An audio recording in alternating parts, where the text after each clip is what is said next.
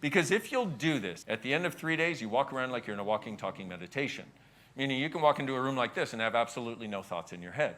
You have no insecurity, you have no fear, because 99% of that stuff is stuff you pick up from other people, okay? One of the things we found is, literally, you will pick up on other people's thoughts, feelings, and emotions. You'll pick up on other people's points of view without even realizing it because you're that energetically aware. So everything you've done to not acknowledge your energetic awareness, everything you've done not to recognize it when you walk into a room like this, you basically pick up on everybody's thoughts, feelings, and emotions, everybody's judgments.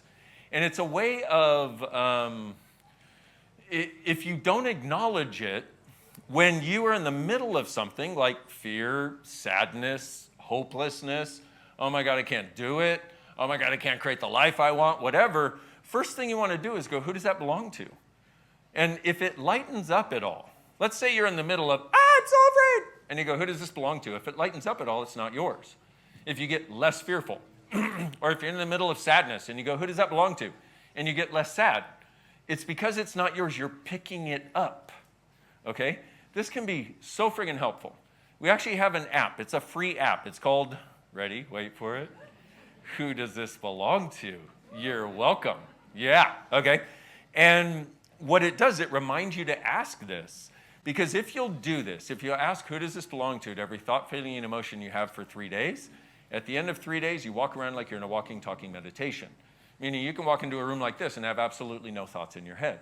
You have no insecurity, you have no fear, because 99% of that stuff is stuff you pick up from other people, okay? And what you do is you pick it up and then you twist it into something that looks like yours, okay?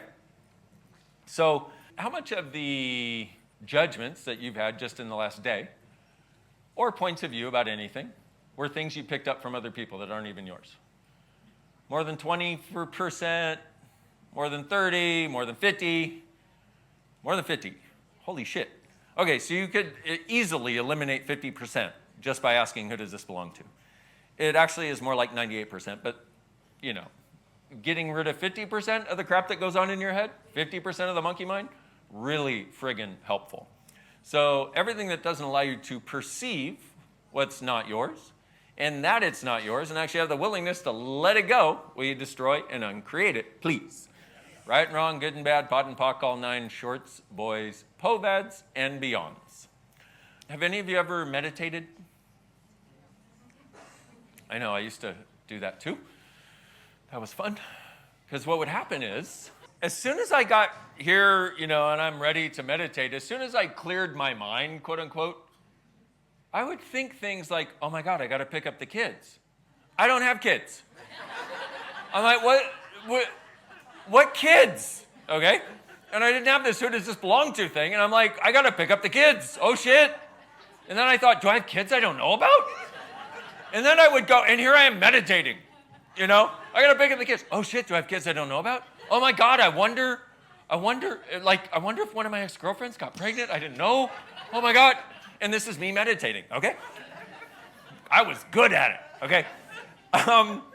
Once I got this thing of who does this belong to, I was like, oh my God, that totally explains it. I didn't realize you could pick up on other people's stuff. That was brand new to me. I was like, holy shit. And when I started Access, see, I was at a place where I was literally going to end my life 23 years ago now, 23 years ago.